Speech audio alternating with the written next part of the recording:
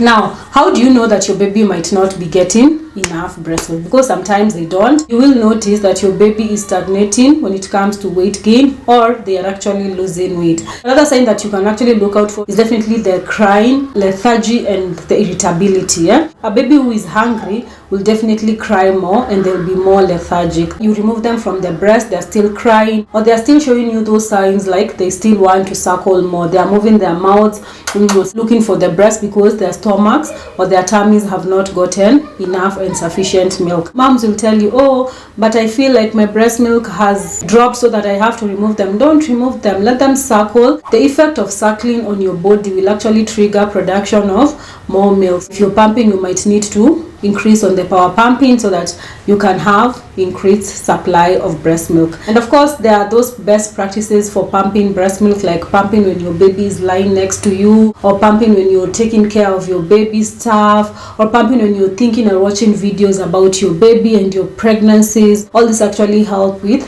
the hormonal coordination to help in releasing breast milk for your infant. Another sign that women need to look out for is definitely on the number of diaper changes. If your baby is not wetting enough, then that is definitely a sign that they might actually be struggling with dehydration, which can be due to poor breast milk uptake. Another thing is definitely on the quantity and the quality of stool that they are passing. This is a green smoothie. Very good, very good. If the stool is too loose, then that can be a sign of infection. And again, if it's too hard, it can also be a sign of constipation. Every once in a while, they go a day or two without passing stool is okay. But if it becomes chronic, like they're going 3 days without passing stool, then that can be a sign that you are producing inadequate breast milk. A baby is supposed to pass stool at least once a day, every day. Anyway, those are some of the signs. So why is it important for you to optimize your nutrition with galactogogues?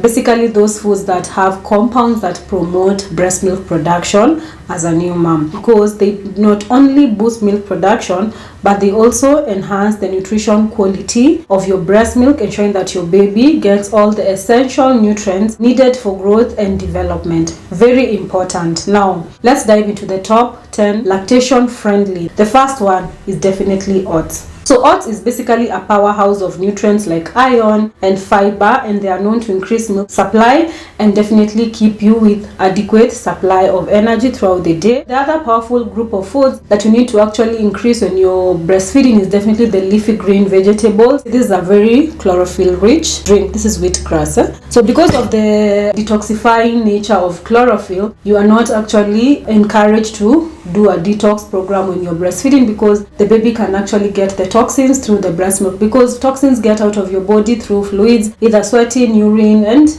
any avenues that have fluids, and that includes breast. But again, adequate intake of greens is highly recommended with every meal, that you ensure that you have a fruit or a vegetable to promote fiber intake. And we all understand that moms actually struggle with constipation because of dehydration, poor fiber intake, poor water intake, and all these practices that actually contribute to constipation while breastfeeding. We're going to talk about that next. Another thing, the leafy greens like the spinach, terere, managu, cabbages, lettuce, cucumbers are very rich in calcium, and they are bioavailable as well, and definitely antioxidants that makes it essential for both the mom and the baby. Another thing is on almond and nuts, basically packed with proteins, healthy fats, and vitamin E. They are also delicious, and they are great for enhancing milk production, and they also come in with the extra antioxidants to reduce the oxidative stress that may come due to hormonal fluctuations and stress that is caused by motherhood. The other thing, of course, is on seafood, basically omena, mbuta, fish, and salmon if you can actually afford, because they are loaded with omega-3 fatty acids, and they promote brain development in infants and supports overall milk production. It is actually recommended that you actually plan for an omega supplement, or you continue with the omega supplement that you are taking during pregnancy while you're breastfeeding, to ensure proper growth and development for your infant. Baby, give me a few minutes. I'm gonna go outside. Go and susu first. Go and susu, then I come. I need to go outside. No. Another very nutritious food is definitely on the arrowroots or the sweet potatoes and such, because they are high in vitamin A and complex carbohydrates, and they also enhance milk production, reduce inflammation, and this will actually help ensure that your milk quality is promoted adequately. And of course we have legumes, things like beans, lentils, green grams, chickpeas. They are a good source of plant sources of protein, fiber, iron, and other important nutrients for breastfeeding mothers. Of course, some people are claiming that legumes have anti-nutrients, but there are so many ways of actually ensuring that body actually reaps all the nutrients in the legumes, like meal combination, the pre-soaking, the preparation, fermentation. Another group of foods that is highly recommended for new moms is basically the fermented foods, like fermented mala, fermented uji, fermented cabbages. They provide you with probiotics that are very essential in promoting your digestion health as well as metabolic function, and this will ensure that there is adequate and continuous supply of nutrients for milk production, and this will improve on quality as well. We also have fruits like papayas, mangoes, bananas, watermelon that are rich in vitamins and minerals that can aid in milk production. Specifically, things like melons are actually high in water content. They actually help nursing moms maintain proper hydration levels, which is crucial for milk production.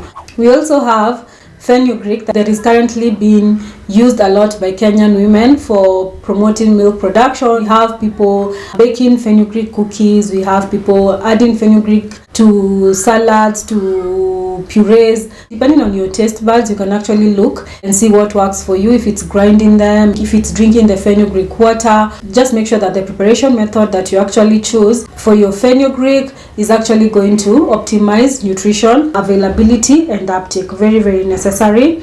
I've talked about nuts and seeds, and now we talk about garlic and onions that is used in many Kenyan dishes. Garlic is believed to stimulate lactation and improve quality as well as help with the UTIs that are common in new moms or in breastfeeding moms. And if you're struggling with breastfeeding and you need a dietitian to review your meal plans, to walk with you through the journey of motherhood, we are definitely here. We do that for you at a small fee. We also do home visits where necessary for 3,000 Kenyan shillings. Like, I will walk with you anytime that you feel that you need a dietitian. We are here for you and we will walk with you. So make sure that you reach out and let's continue being the best versions of ourselves. Thank you so much for watching. Let me know in the comment section some of your breastfeeding hacks that actually worked for you. You will actually be helping another mom who might be struggling, and let me know what you'd like me to address when it comes to matters breastfeeding. Remain subscribed.